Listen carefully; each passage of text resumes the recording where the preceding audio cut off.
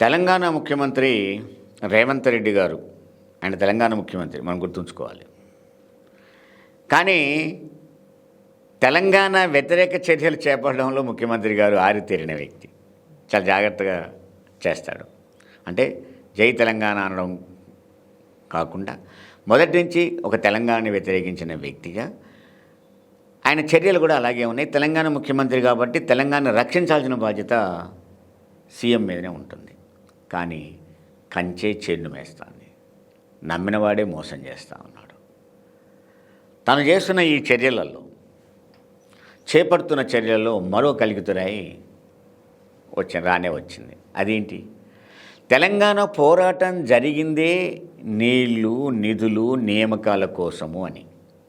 అన్ని వర్గాల ప్రజలు, కార్మిక వర్గం, ఆర్టీసీ కావచ్చు, కోల్ కావచ్చు, టీచర్లు కావచ్చు, ప్రతి ఉద్యోగస్తుడు కానించి ప్రతి వ్యవసాయదారుడు దాకా నా తెలంగాణని ముందుకొచ్చి ఆందోళన చేసిన రోజులు అవి.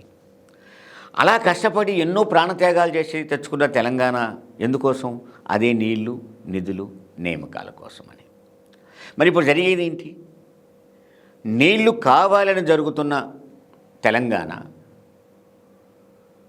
వచ్చి 2014 నుంచి ఇప్పటిదాకా నీళ్లు సమృద్ధిగా పెరిగినాయి అనే వాతావరణం నుంచి ఎందుకో ఈ సంవత్సరం నీళ్ళే లేవు అనే దశకు నెట్టబడుతున్న ఈ కాలంలో జలవనరుల శాఖ సలహాదారుడుగా ఎవరు నియమించుకోవాలి?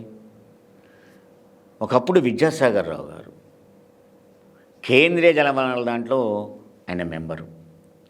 ఆయన కూర్చుంటే అసలు నోటి నుంచి జలం నీళ్లుగా అలా గారినట్టుగా జాలువారినట్టుగా వచ్చేటి.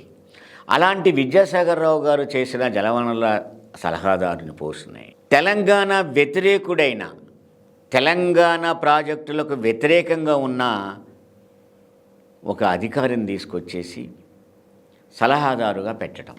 ఆయనే ఆదిత్యనాథ్ దాసు. ఈయన ఇప్పటిదాకా ఎక్కడున్నాడు? ఆంధ్రప్రదేశ్ జలవనరుల శాఖకు సలహాదారుగా ఉన్నాడు. ఆయన ఏం చేశాడు?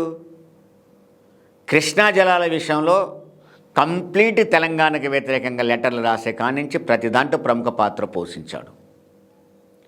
పాలమూరు ప్రాజెక్టుకు వ్యతిరేకంగా తీవ్రమైన కృషి చేశాడు. అలా ఆంధ్రప్రదేశ్ ప్రయోజనాలకు ఉపయోగపడుతూ తెలంగాణ ప్రయోజనాలకు వ్యతిరేకంగా ఉండి అక్కడ జాబు చేసిన ఒక వ్యక్తిని తీసుకొచ్చి ఇప్పుడు తెలంగాణ జలవనరులకు సలహాదారుగా అంటే ఆయన ఏ సలహాలు ఇస్తాడు? ఇప్పుడు ఆంధ్రప్రదేశ్కు అనుకూలంగా సలహాలు ఇస్తాడా? తెలంగాణకు అనుకూలంగా సలహా ఇస్తాడా? చిన్నపిల్లగాని అడిగినా చెప్తాడు ఆయన ఇప్పటిదాకా ఎక్కడే చేసిండో దానికోసమే చేస్తాడు అని. మరి అలాంటి వ్యక్తిని తీసుకొచ్చి ఇవాళ జలవనరుల సలహాదారుగా ఆ శాఖకు పెట్టడము అంటే నిజంగా తెలంగాణ వ్యతిరేక చర్య కాదా? అంటే తెలంగాణ ప్రజలు ఆయన ఏ చర్యలు చేస్తున్నా మోసపోతూ భరిస్తూ పోవాల్సిందేనా? నమ్మినవాడే మోసం చేయొచ్చా? కంచే చేన్ను మోయొచ్చా? తెలంగాణ వ్యతిరేకంగా ఒక ముఖ్యమంత్రి నిర్ణయాలు తీసుకుంటే మరి తెలంగాణ రక్షించేది ఎవరు? తెలంగాణ బాధ్యతలు వహించేది ఎవరు? ఖచ్చితంగా దీన్ని ముఖ్యమంత్రి గారు అసలు ఆ శాఖ మంత్రికైనా కనీసం విషయం తెలుసా? ఈ మధ్యకాలంలో పెద్ద చర్చ నడుస్తూ ఉంది. ఏ శాఖ మంత్రికి ఆ శాఖ విషయాలు తెలియకుండానే పనులు జరిగిపోతూ ఉన్నాయని. మరి ఇలాంటి విషయాల్లో ఇది చాలా ప్రమాదకరమైన నిర్ణయం. ముఖ్యమంత్రి రేవంత్ రెడ్డి గారు తిరిగి పునరాలోచించి అలాంటి నియామకాలని దాన్ని ఆపేయడం మంచిదని చెప్పి నా సలహా.